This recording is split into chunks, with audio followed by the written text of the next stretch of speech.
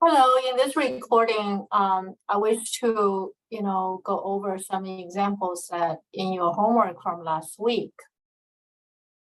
These homeworks, of course, they are also, we covered some of these questions last week in the class, but here, I just wish you to go over some more examples to help you to get your homework done. The first one, of course, we want to do two things. One is find the intervals on which f is increasing or decreasing, and secondly, find the local max and local min values of the function. And in this example, we have talked about that couple of things, right? Number one, how do we find local max, local min? Right? If we have local max, local min according to Fermat theorem, then there must be, the function is a function differentiable, then at local max, local min, the derivative must be 0. So finding critical numbers is one of the things we're going to do. And secondly, is that we understand that there's other means we can find local max, local min, and one of them is being this new theorem, this theorem that we talked briefly, is that if we have, hold on, I'm going to bring the theorem up. Okay, I'm going to bring up the theorem. Number one, we covered that if the derivative of the function is positive, then it's increasing. If the derivative function is negative, is decreasing. So we learned that, right? And the other, I'm just going to make some. I'm going to bring those up. Of course, you can find them on your flashcards. Hold on. Okay, increasing, decreasing test, right? Increasing, decreasing test, and it makes it so much easier for us to determine. But to determine when the function is increasing and decreasing. Okay, so I'm going to put this right here. Okay, the increasing, decreasing test. So we can determine the derivative is increasing, is positive, then it's increasing on that interval. Negative is decreasing on that interval. And the next one that we're going to use to find, that's what we're going to do for this one. We're also going to find local max, local min. Then we will need the first derivative test. Okay, so I'm going to bring up the first derivative test. The first derivative test is very intuitive once you understand the let me bring it over. Once you understand you understand it's increasing and decreasing, then you can use your intuition to determine whether it's local max, local min. And here, the first derivative basically says that if the derivative changes from positive to negative, which is from increasing to decreasing, then you have a local max. And if you change it from negative to positive, which is decreasing to increasing, then we have a local min. And thirdly, if f is changed from positive to the left and right of C, and there's no local max, local min. What this means that at left and right, the derivative has no sign change. Okay, the derivative positive to the left and right of C, negative to the left and right of C. So C basically says the first derivative test is that if there's no change of sign, first order derivative, then there's no local max or local min. So we're going to see this example from here. Okay, so the first example, we're going to, of course, find the interval on which f is increasing or decreasing. We're going to take a derivative. Okay, the derivative of x to the power 4 is 4 times x raised to the power 3, And over here, this is going to be 4x squared, 4x, sorry. Okay. That's the first order derivative. And in order to find the interval of increasing, decreasing, and then we're gonna, determine when the derivative is positive, when the derivative is negative. Okay, so find the interval on which f is increasing or decreasing. So 4x to the power 3 minus 4x. If we factor, we get 4x multiply x squared minus 1. And we prefer the factor form, and of course we're getting 4x multiply x plus 1 times x minus 1. We prefer the factor form because from the factor form we can tell the sign. So what will be the sign of this derivative? Right? Obviously, the domain is no issue. All real numbers is a domain for the function and its derivative. We just have to figure out when is the derivative positive, negative. And we're going to use I'm going to use a more graphical, not entirely graphical. You can use a graph actually, okay?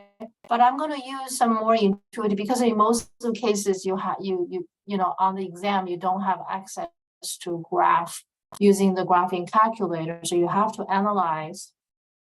So what I'm going to do is that I'm going to show you a very intuitive way to analyze.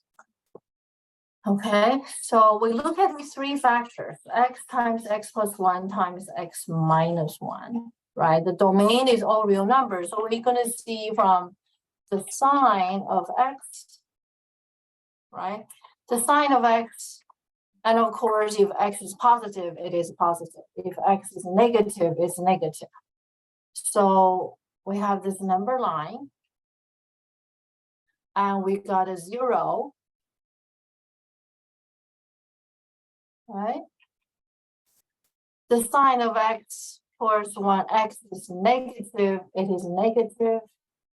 At 0, it is 0. And when x is positive, it is positive.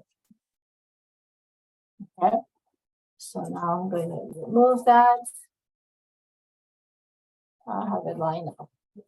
Okay, so the sign of x. For x, we can just totally ignore the 4. Okay, it doesn't contribute anything for the sign. And then we're going to look at the sign of x plus 1. X plus 1. The method to determine the sign is not unique. Okay, so on this number line, okay, I'm going to copy and paste this number line, right? And the x plus 1 changes sign at a negative 1. So on negative 1, here I'm just going to remove that, right? At a negative 1, you see when x is smaller than negative 1, the sign of x plus 1 is going to be negative. At negative 1, x plus 1 is going to be 0. Larger than negative 1, when x is larger than negative 1, it's going to be positive. Okay? So then we look at the sign of x minus 1. The sign of x minus 1. Of x minus 1 here. And once again, we have this number line. And this number line, so here's the 0. I have the line up. Here's negative 1, so positive 1. So I try to get them relatively positioned properly. Positive 1. So when x is less than 1, x minus 1 is negative. At 1, x minus 1 is 0, right? And when x is larger than 1, x minus 1 is positive. So we get the sign of the sign distribution. I call these the sign distribution for x plus 1, x minus 1. So now we get to use the principle number 6, right? So how about the sign of the whole of the product? You can attach the 4 or you don't have to attach the 4. It doesn't make any difference, right? Still is a number line. Okay, the number line. So the number line, we have the -1 here, right? And we have 0 here, right? We have 0, and we have +1, the number line, and we have the entire number line. We have the entire number line. When we determine the sign, okay, let me make the font just a little bit smaller so you can see everything. So what you see here is that I'm going to put a notation here just to show you these intervals, right? So these intervals, we have 4 intervals, okay? So these 3 numbers, the 3 factors, give us 4 intervals. When we look at the numbers, x is less than -1, right? Less than -1, x less than -1, so it's negative. X plus 1 is also negative. X minus 1 is negative. So when x is less than -1, we have negative times negative times negative. 3 negative. That product is negative. At -1, one of them is 0, so that's going to be 0. Between -1 and 0, when we choose x between -1 and 0, then we have negative times positive times negative. So that's going to be a positive. At 0, it's going to be 0 because one of them is 0, right? X is 0. Between 0 and 1, we have positive, positive, negative. So positive times negative, and that's going to be negative. At a +1, x minus 1 is 0. Larger than 1, we have positive times positive times positive. So that's going to give us positive. Okay? You can use any other ways, but I just show it this way so that it makes, hopefully, everybody understand what we're doing here. And now we know the derivative, right? It's the sign of the derivative. So let me clean this up. Okay? So the derivative, which is the product, we know that sign. What does that tell us, right? On this interval, the derivative is negative. In this interval, the derivative positive, derivative negative, derivative positive, according to increasing, decreasing tests. So this tells us that in this interval, f is increasing, right? And I'm sorry, decreasing. And in this interval, f is decreasing. I'm sorry, f is increasing because it's positive. And in that interval, f is decreasing because it's negative. And in that interval, f is increasing because the derivative is positive. So now we can answer the question, find the interval on which f is increasing or decreasing. So you're going to answer the question in the following way. Okay, you can say f is increasing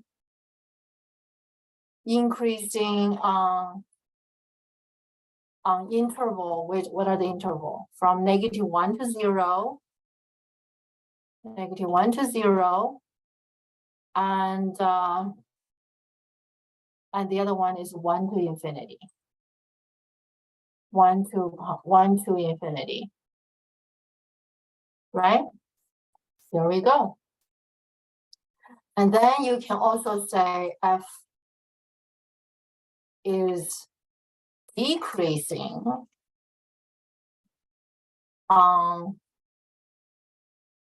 negative infinity to 0, from negative infinity to 0, and 0 to 1, and 0 to 1. Right? So the first question is answered. We found the interval and how we put them together. F is increasing from on this interval, decreasing on the other interval. Now, find the local max, local min for F. Find the local max, local min. If we look at this interval, we can see F, right? F is which is defined on the entire number line. So it's decreasing, right? So we have decreasing and then increasing. And that is the local min. That's the local minimum. On 0, we have increasing, decreasing, right? That's the local max. So at 1 is decreasing, increasing, right? That's the local minimum. So now we can say, right? We can say, let me clear this and move it up a little bit. Okay, so in terms of the second question, I'm going to copy the question over here. So you can also see the first derivative test, right? The question B, right? Because we know this, right? So now we can say, right? Refer to the first derivative test over here. Okay, I'm going to put it right here. Okay. We have 3 numbers, -1, 0, and +1. So we're going to do it one by one. Okay. So at a -1, the derivative, first order derivative changes from negative to positive, from negative to positive. Okay, so you say the first order derivative, right, changes from negative to positive, right? And a -1 is a critical number. -1 is also a critical number, right? See, we have 3 critical numbers, right? And critical numbers means that in this case, the derivative is 0. So F, first order derivative at a -1 is 0, right? For math theorem. Then we can put this over here. Okay. At a -1, right? F changes from negative to positive. And then what do we say? F has a local minimum. So F has a local minimum. What is it? And the value of the local minimum will be F of -1. Okay. And how do we find F of -1? Well, we're going to have to plug in to the original function at a -1. Okay, plug in -1. So this is going to be -1. Oops. -1, right? X replaced by -1. And we evaluate it, we get that's the local minimum. At 0, right? At 0, we know the derivative of the function, the derivative at 0 is 0. And also at 0, the derivative changes from positive to negative, right? We're quoting the theorem. So F has a local maximum.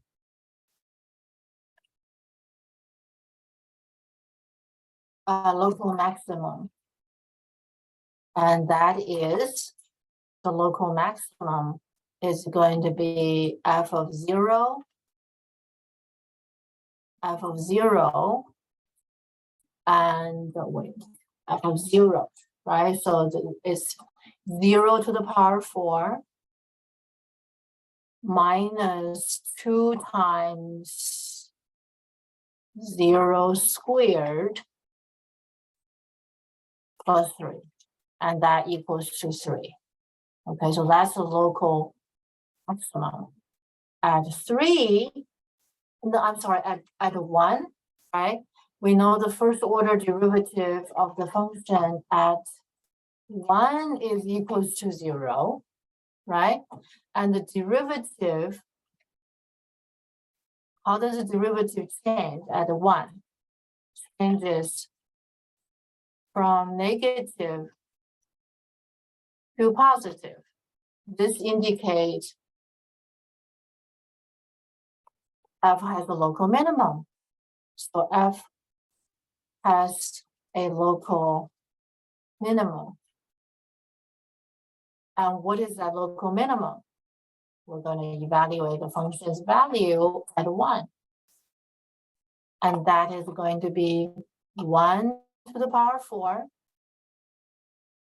minus 2 times 1 squared plus 3. Plus 3. And what do we get?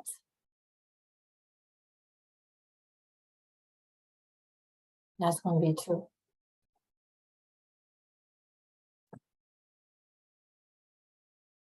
Okay, so this is how we complete these 2 questions. And of course, the other example is the repeat of these similar steps. But we have to be careful when we apply the first derivative test, okay? So let's look at the second example. Okay, I'm going to put these 2 under example 2 for our convenience.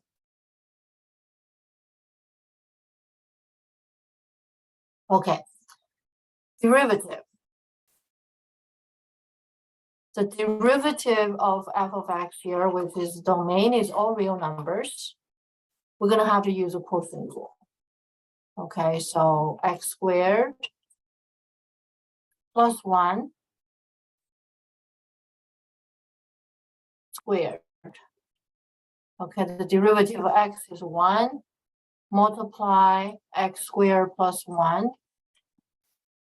subtracting x multiply the derivative of x squared plus 1, that's 2x. And then we simplify, right? The first part, and 1 times that, we can remove the parentheses, and this is 2 times x squared. Right, so in the end, we get denominator x squared plus 1 squared, and x squared minus 2x squared, that's going to be 1 minus x squared. And in this case, we want to have a factored form. So 1 minus x times 1 plus x. Or 1 plus x. Let's do a plus in front. And you understand why, but it's no big deal. And the denominator is at a square. Now we're going to set it equal to 0. Denominator, in both cases, the derivative, the domain is all real numbers. The domain are all real numbers. So domain is no issue. Okay, domain is no issue. So when we determine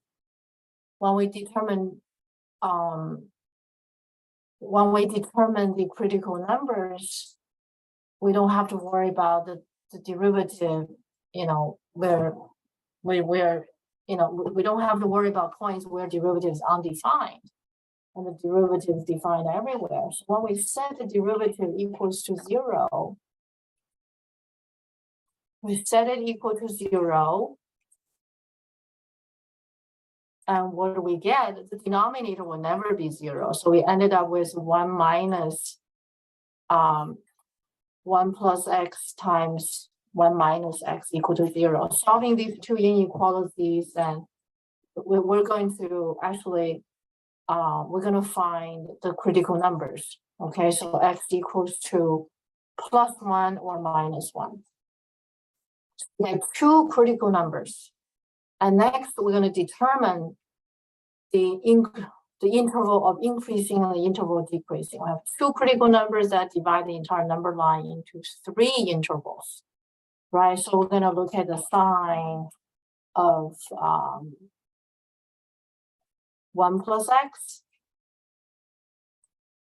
right? The sign of 1 plus x, we already did something before, so we can borrow 1 plus x, x plus 1. So we're going to borrow this one.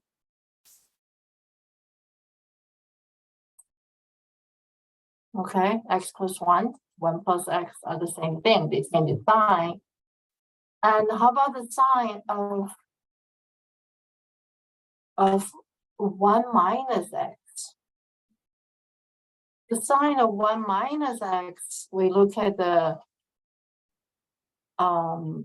here at a 1, there's a sign change, right?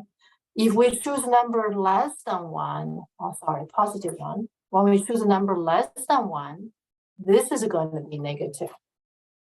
1 minus x is going to be negative. At 1 is 0. Larger than 1 is going to be positive. Wait. I think I did it wrong. When x is less than 1 is positive. My bad. Okay, this is a positive. My bad. When x is equals to 1, that's 0. When x is larger than 1, this is negative. Okay, all you have to do is pick a number, plug in, right? You plug in a number less than 1, say -1. So 1 minus -1 is going to be positive. Okay, you won't make the mistake I almost made. You just have to plug in a testing value. Okay. But anyway, so now finally, the sign of the product. The sign of the product. The sign of the denominator is positive, so we don't have to worry. So the sign of this product. Okay. I try to present it to you in such a way that it is not, there are not many steps you have to memorize. Okay, so that's a positive 1. And so we have this number line, right? So we look at the product, the sign of the product. So when x is less than -1, we'll pick a number from less than -1, is negative times positive. So that's going to be negative. And at -1 is 0, right? At -1 is 0. Between -1 and +1, that's a positive times positive. So that's going to be positive. Okay, let me change the color. Okay, that's positive. At 1 is 0. Larger than 1 is, this product is going to be negative. Okay, so now we can tell that f prime, right? This is the sign of the first order derivative, right? So in this way, right? So on the interval, You have to make sure you say the right thing, okay? F is decreasing on these two intervals. One is from negative infinity to -1, and from 1 to infinity. 1 to infinity.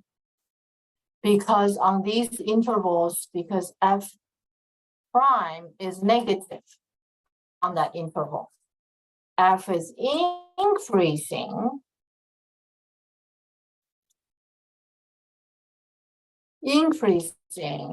on the interval between -1 and +1, because you can use a little symbol. Because, do I have that because symbol? Oh, couldn't find it. Well, never mind. The derivative is positive. So increasing, decreasing. You have mentioned where it is increasing. You need to mention the function increasing where, right? So we have determined the interval increasing, decreasing. So let's look at the second one. Find the local max, local min. Local max, local min. Well, we have this picture, right?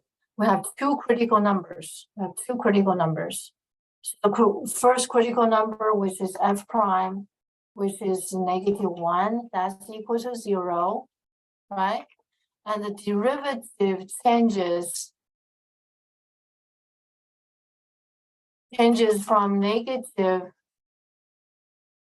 to positive. And this indicates it's a local minimum. Okay, so f has local minimum at -1. And that local minimum is f of -1. So we need to plug in -1 to the function right here. Okay, replace x by -1 and replace x by -1. Right? So in the end, we have a -1/2. Okay? So we have another critical number, which is f prime equal f prime at 1 equals to 0. We know that for sure. And f prime changes from positive to negative. Changes from positive to negative, according to the first derivative test, f as local maximum at the +1. Okay, and at the +1, of course, is f of 1 equals to 1 over 1 squared. 1 squared plus 1. And that's equals to +1/2. And then we are done. Okay. So these are the second example. I hope I don't make this too long. Okay. But I do have the intention to do the to work on this one. Okay, to work on this one, example number 3, because trig functions are involved. Okay, so take this opportunity to review some trig functions. But anyway, we still have increasing function, decreasing function test, and first derivative test. So we have these along with us. Take first order derivative equals to, right? We know this is going to be chain rule, so 2 times cosine x. The derivative of cosine x is negative sine x. Minus the derivative of 2 times sine x, that's 2 times cosine x. So we got 2 times, we have a negative 2 sine x cosine x minus 2 times cosine x. Okay, there's a negative sign here. We're going to factor out the negative 2 times cosine x, which is the common denominator, the common factor. Then we have sine x plus 1. Sine x plus 1. Okay, so we're going to solve this. We're going to set the first derivative equal to 0, and the interval of consideration is from 0 to 2 pi. And we're looking for local max, local min. And don't forget, we have that extreme value theorem, right? So absolute max, absolute min, they are, I'm going to bring this up too. Okay, absolute max, absolute min are also local max, local min. Okay, so don't forget that. Local max, local min are not necessarily absolute max, absolute min, but absolute max, absolute min are local max, local min. Okay, so we have a closed interval. On this closed interval, we have max and min. We have max and min. Okay, so we have all these concepts with us. And so we found the first order derivative. So we're going to set the first order derivative equals to 0. Okay, so we set the first order derivative equal to 0. If this is set equal to 0, what we get is we get the whole thing equals to 0. Okay. -2, we can ignore -2. Then by zero product property, cosine x must be 0, or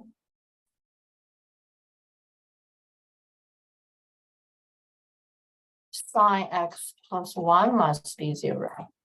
So this is the time you can mobilize and use what you learn in trigonometry to solve these equations.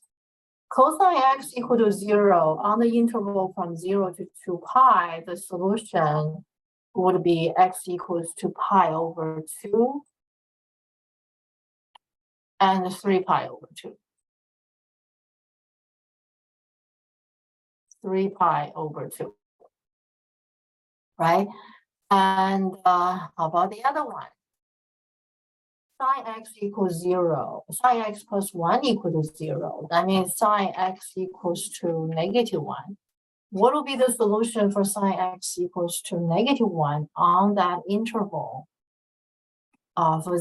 from 0 to 2 pi, right? That x must be 3 pi over 2. 3 pi over 2, no other solutions. So we have two numbers. We have two critical numbers.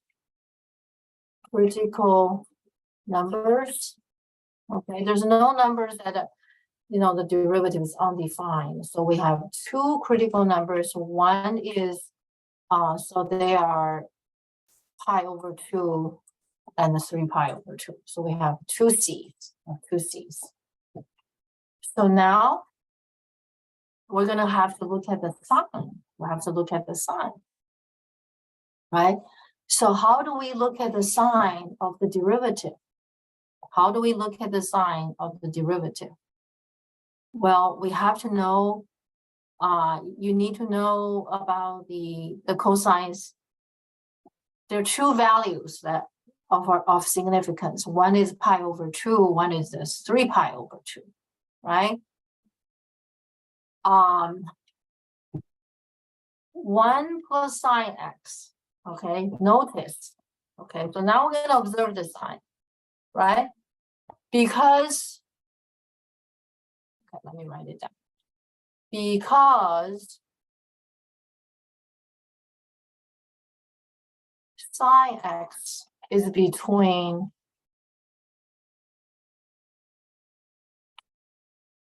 +1 and -1. So 1 plus sine x is always greater than or equal to 0. So in this product, right, in this product, okay, so I'm going to put it down here, right? Remove all these intermediate steps. This piece is always positive or 0. -2 is negative, of course, and this piece is always positive or 0. So the sign of cosine determines the sign of the product. How does the sign of cosine work? Cosine is positive in the first quadrant, negative. Cosine is positive in first quadrant, positive in the fourth quadrant, and the negative in second and third quadrant, right? So when we look at the number line, right? So we look at the we look at the cosine sign, right? Let me put the number line.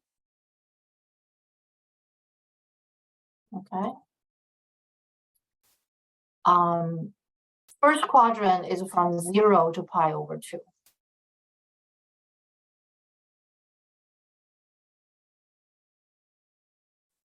Right?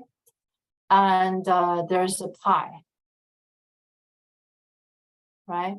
And there's 3 pi over 2. 3 pi over 2. Okay. The sign of cosine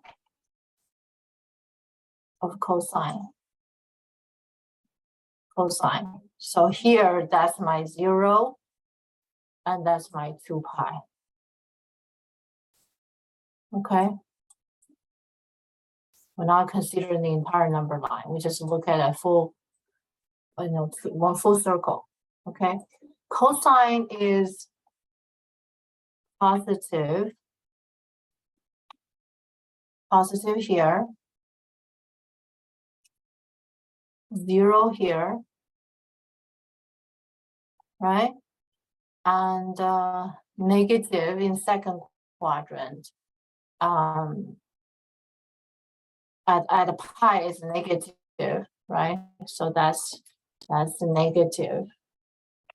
And from the third quadrant is negative, and here is 0. Okay. This is 0, and that's 0. And over here is positive, the fourth quadrant. Right, so look at that. How about the derivative? Right, so let's look at the sign of this product. The sign of this product, just remember that we're going to have cosine changes sign. This is always positive or 0, right? You just have to multiply by a negative sign, right? So whenever cosine is positive, you multiply by a negative, you're going to get negative, vice versa.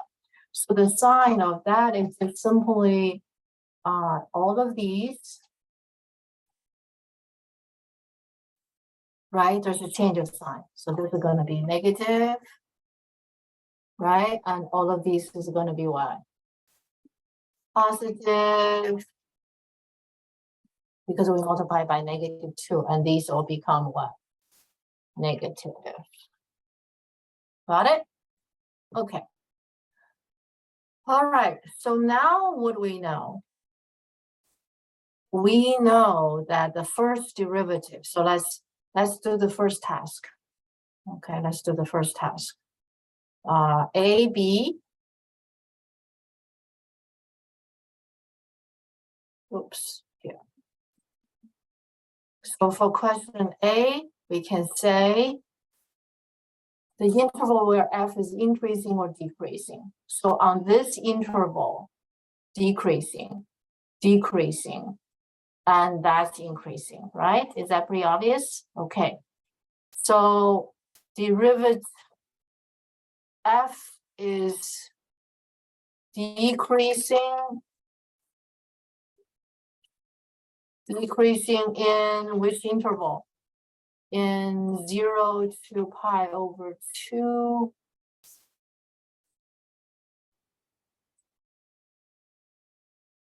And 3 pi over 2. 3 pi over 2 to 2 pi. Right? That's negative. Because in that interval, f, it's where f prime is negative. And f is increasing. Oops. F is, forgive me. F is increasing in the interval between pi over 2 to 3 pi over 2, right? Because the derivative is positive. Okay, so let's look at the local max, local min. Local max, local min, we should consider the endpoints. We should definitely consider the endpoints. On this interval,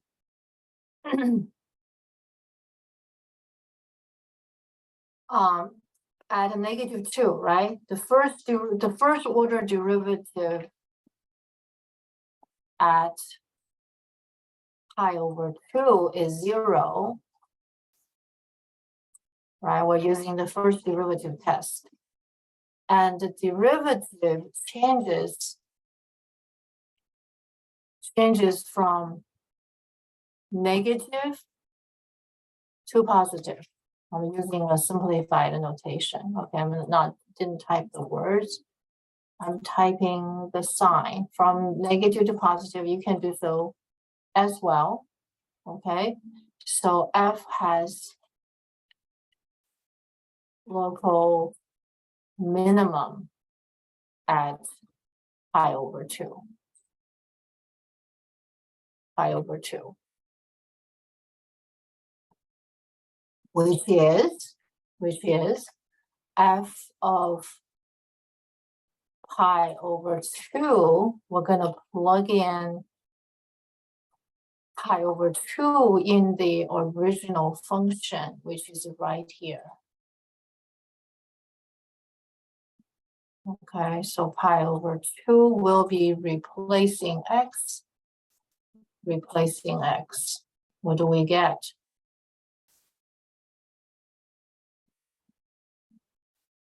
Let me change the line. Well, cosine pi over 2 is 0. Sine pi over 2 is 1, so we get -2. So this is the local minimum. Okay, and the derivative at 3 pi over 2. Okay, 3 pi over 2 is 0, right? That's a critical number. And the derivative, first order derivative changes from positive to negative, right? Changes from positive to negative. Right.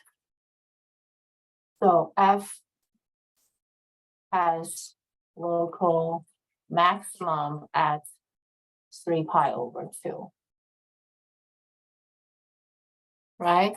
And so f of 3 pi over 2 f of 3 pi over 2.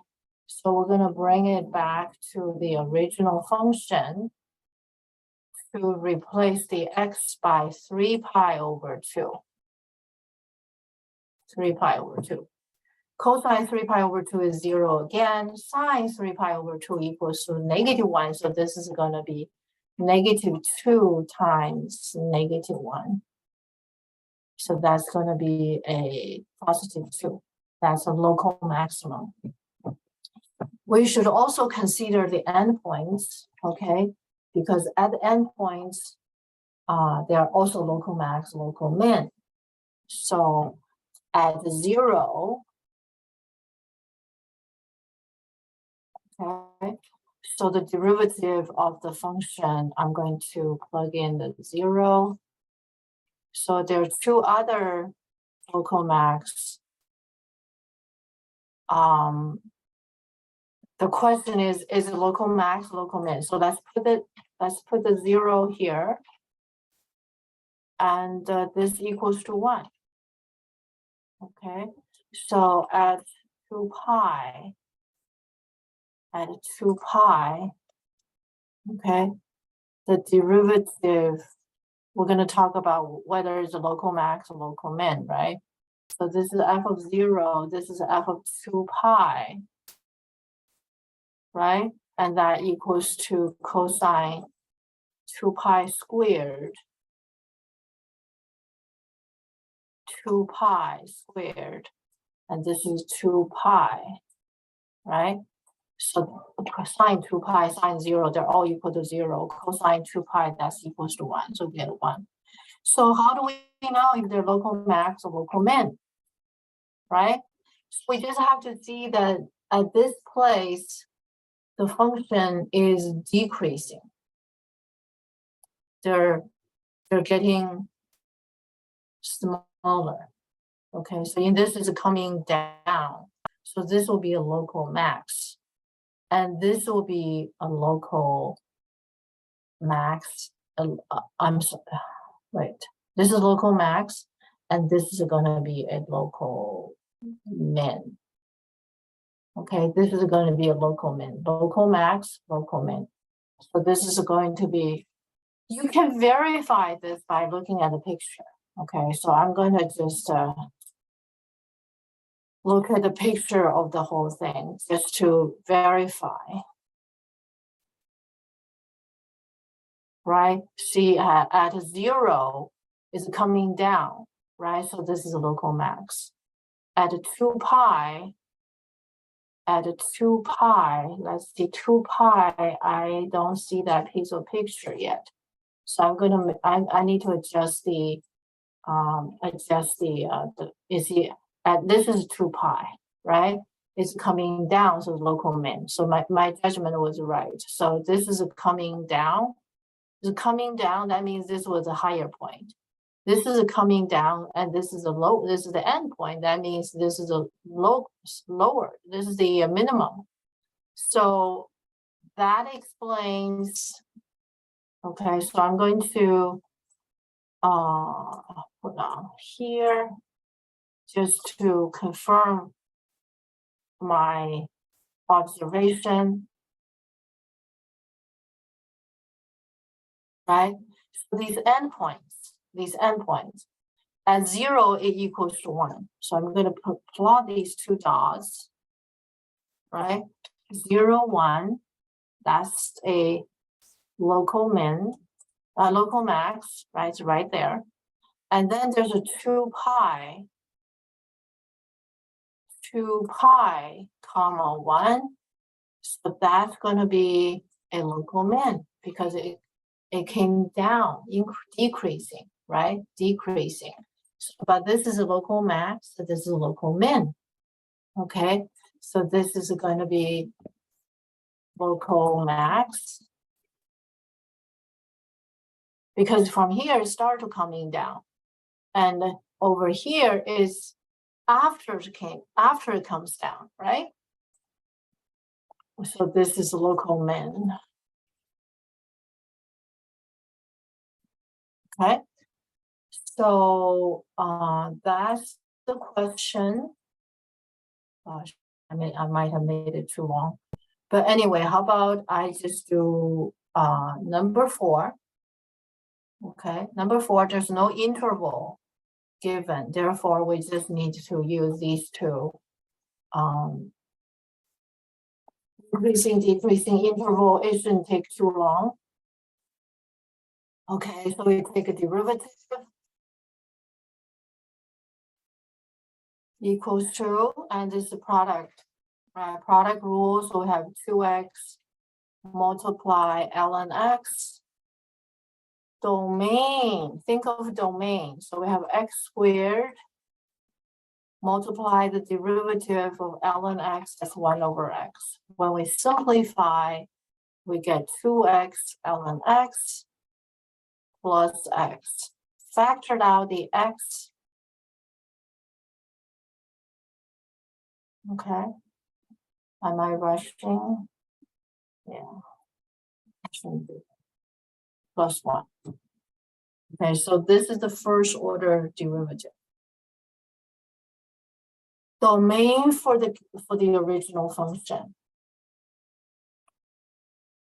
Okay, we need to be aware because we when we determine the critical number, we need to know that one kind of critical numbers is the number that's in the domain of the function, but not in the domain of the derivative function, right? So that's why we always have to have the domain in our mind. The domain for the derivative is also x greater than 0. Okay, same. All right.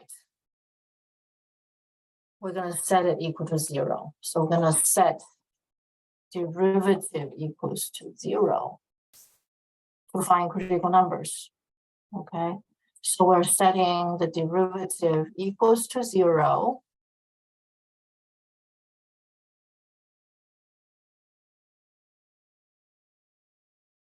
And as a result of that setting, okay, let me just double check if I get the right derivative. 2x times ln x plus x squared. I think we're all right, right? And of course, by zero product property, either x equals 0 or 2 times ln x plus 1 equals to 0. So we're going to solve the latter equation. The latter equation will give us ln x equals to -½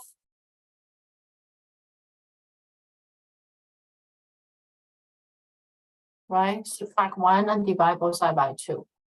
So in the end, we get another number.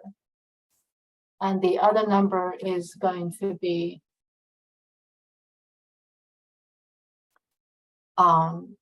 e to the power of a -½ e to the power of -½ which is 1 over square root of e.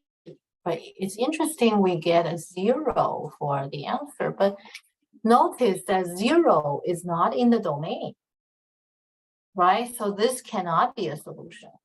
So x equals 0 is not in the domain of the original function, is not in the domain of the derivative. So x equals 0 cannot be used as a critical number. Okay, it's not a critical number. Okay, it's not in the domain either. It's not in the domain of the original function. Okay, anyway, so the only c we have really is just 1 over square root of e. Okay, you can use either form. And there we go. Right? So let's look at the sign. Let's look at the sign, right? Of the derivative. Let's look at the sign. Let's look at the sign of the derivative in the neighborhood of c, right? Bigger than c, larger than c. Okay, and that's to determine increasing or decreasing, right? Now, 1 over square root of e. 1 over square root of e, remember, our domain is from 0, starting from 0 or larger, right? So the number line in our consideration would just be from, we basically have a number line, right? And this number line, 0 is not included. And we have this 1 over root e, right? And then numbers larger than that. So between these two numbers, is it positive or negative? Well, this piece is a positive, right? If we plug in a number, so let's look at the sign of 2 times ln x plus 1, right? And we're gonna just do some algebraic manipulation to see the sign. Because x is positive, we just have to determine 2 times that. Is it positive or not, right? So we have this, a couple of things we can use, right? Because if we say x is larger than 0, oops, 0, and that's less than this. Remember, ln x is increasing function. ln x is an increasing function. So when x is less than that, and this piece is going to be less than,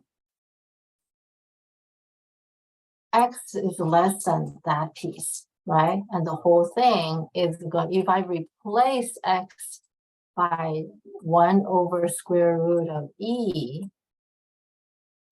and that's going to be less than, because ln x is an increasing function. You times 2 is still increasing, you add 1 is still increasing.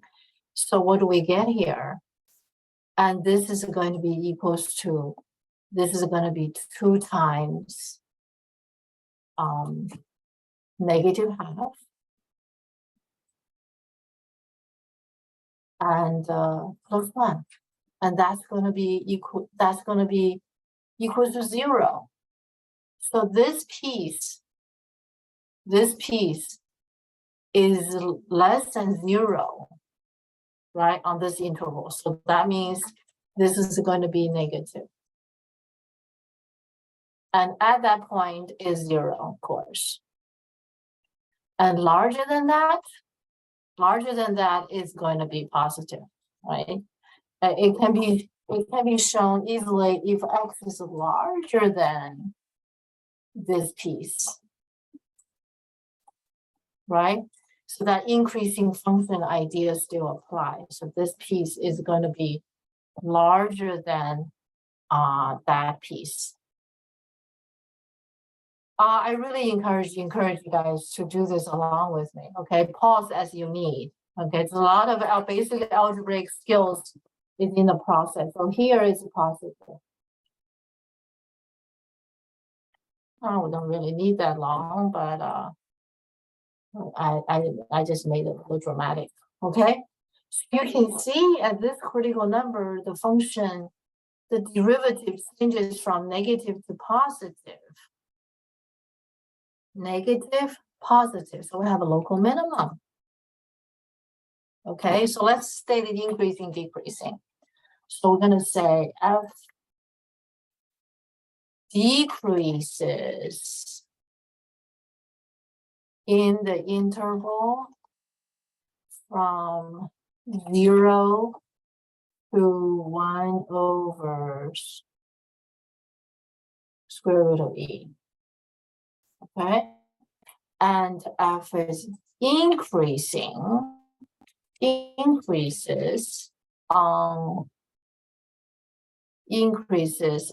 from here to infinity.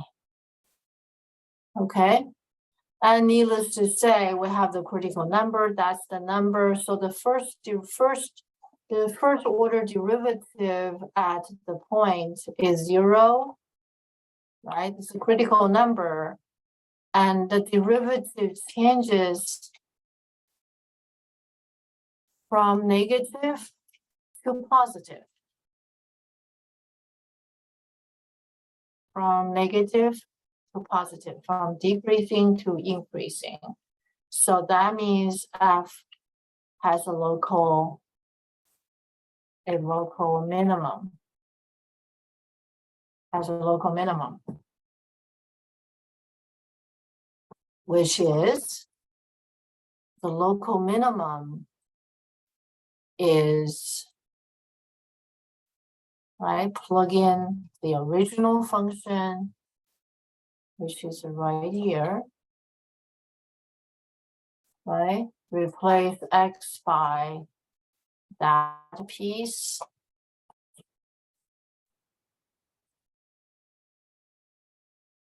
There. And what do we get? What do we get? 1 over square root of e is 1 over e. Right? And ln 1 over square root of e is negative half.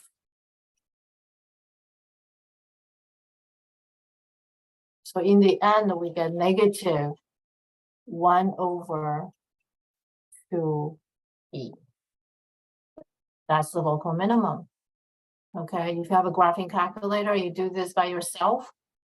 You know, it wouldn't hurt that you just plot that picture. This is pretty.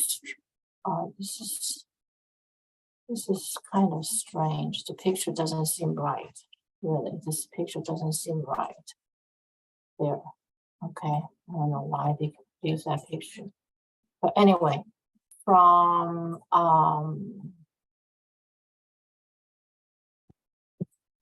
here, show that part of the picture. I should have a little bit, maybe 3. Oh. So -1 to +2, 2. There, that's a better picture.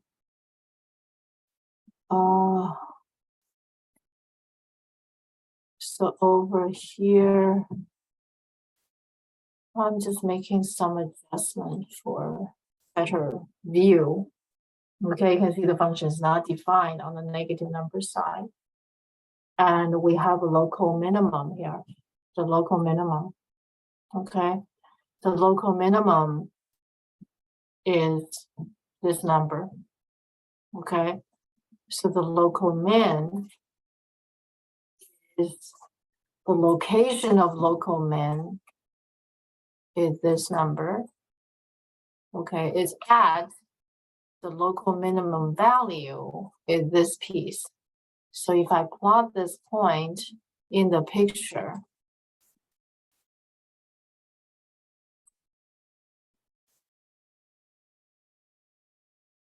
okay, we can put a red dot. It should be there. Okay. You can see if you use the picture, right? You use the picture. It can only tell you have a local min, but you have to find it. You have to find it algebraically. You cannot guess it right. You cannot guess the precise value by just doing the picture. Okay, so you have to be able to do it algebraically and apply these theorem, these results we learned. Okay. All right, so this is the local minimum. I think for the other two, you guys should be able to do it. And I really don't want to make this too long, but if you have any questions, please don't hesitate to reach out to me. Thank you for watching.